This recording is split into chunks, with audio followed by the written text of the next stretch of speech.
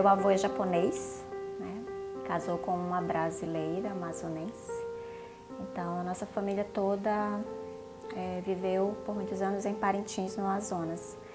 E aos 10 anos de idade, eu conheci uma família de missionários norte-americanos que foram para Parintins para começar um trabalho.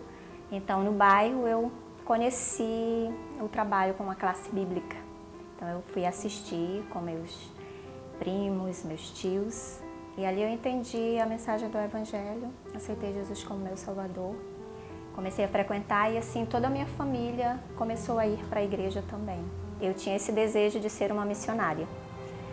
Então, a própria liderança da igreja viu que eu tinha esse perfil, né? E me aconselharam que eu poderia ir para o seminário para fazer um curso de bacharel em educação religiosa.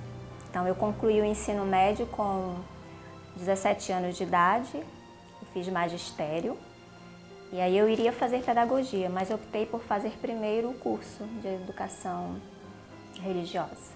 Aí lá no internato eu conheci então o rapaz que se tornou o meu marido, né?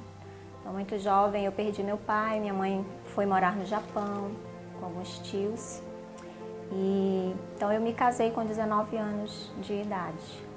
E em seguida também eu tive 2 filhos. Nós éramos muito ativos na igreja, mas aí nós passamos por vários conflitos conjugais, né? Principalmente de infidelidade mesmo. E assim, eu sempre guardei, né? Para mim, as coisas que eu vivenciava, eu guardava justamente para resguardar a imagem, né? A imagem dele. Então, eu sofri muito com isso. Mas para todos nós tínhamos uma vida exemplar, digamos assim, né? Sempre muito ativos na igreja, éramos exemplo assim, para a família, para todos, mas Deus sabia as coisas que aconteciam. Eu tentei de várias formas assim, a restauração, né? Inclusive uma ida para o Japão, achando que a gente fosse, né, conseguir resolver os problemas. Nos mudamos depois de voltar para o Japão, ficamos em Manaus e depois nos mudamos para cá.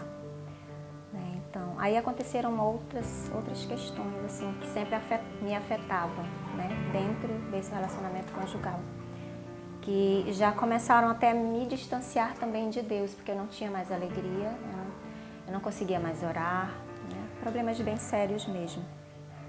Então eu cheguei assim no limite, por já ter perdoado, né, e essas coisas estarem me afetando. Então eu decidi que eu não conseguiria mais viver, né, com ele, e eu pedi o divórcio. Então eu já estava num processo de depressão e sempre guardando tudo. E eu fui para Manaus. Então foi esse tempo lá que eu denominei como meu tempo a sós com Deus, porque todas as pessoas tentavam querer saber o motivo, né? E eu não conseguia falar com ninguém, mas eu comecei a buscar Deus. Eu denominei para todas as pessoas que procuravam por mim para querer saber, eu dizia, não, esse é o meu tempo a sós com Deus. Um certo dia, eu estava no Facebook e aí eu vi que uma amiga, ela havia compartilhado o programa Bíblia Fácil. Então eu acessei e eu comecei a assistir e me interessei bastante. Peguei a minha Bíblia para acompanhar, então eu achei muito interessante e eu comecei a dar sequência para assistir esse programa. E aí eu fui descobrindo outros programas. Eu só conhecia o Bíblia Fácil e comecei a assistir vários temas. Todos que apareceu ali que me chamavam a atenção, eu fui assistindo. Depois de Daniel eu assisti sobre a morte, que me impactou bastante, porque era diferente, né, o estado do homem na morte. Então eu vim entender, realmente estudando na Bíblia, que todos estão dormindo. E aquilo foi um choque, porque até aquele momento eu achava que meu pai, por exemplo, estava no céu. Mas eu pude ver, comprovar na Bíblia, né, que eu estava errada. Depois eu assisti também um outro tema que foi muito interessante para mim, que foi a lei de Deus.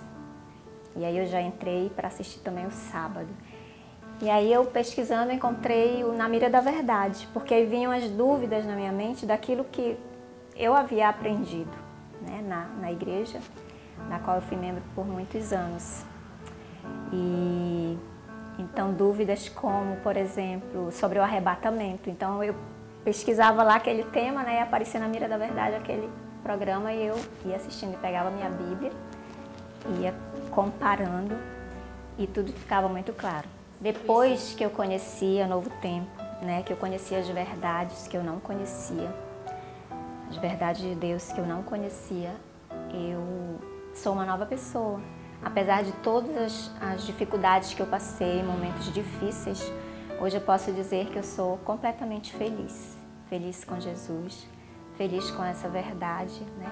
Com a igreja, com uma nova família que Ele me deu, a família de Deus. A Novo Tempo representa um instrumento de Deus que trouxe a verdade para mim.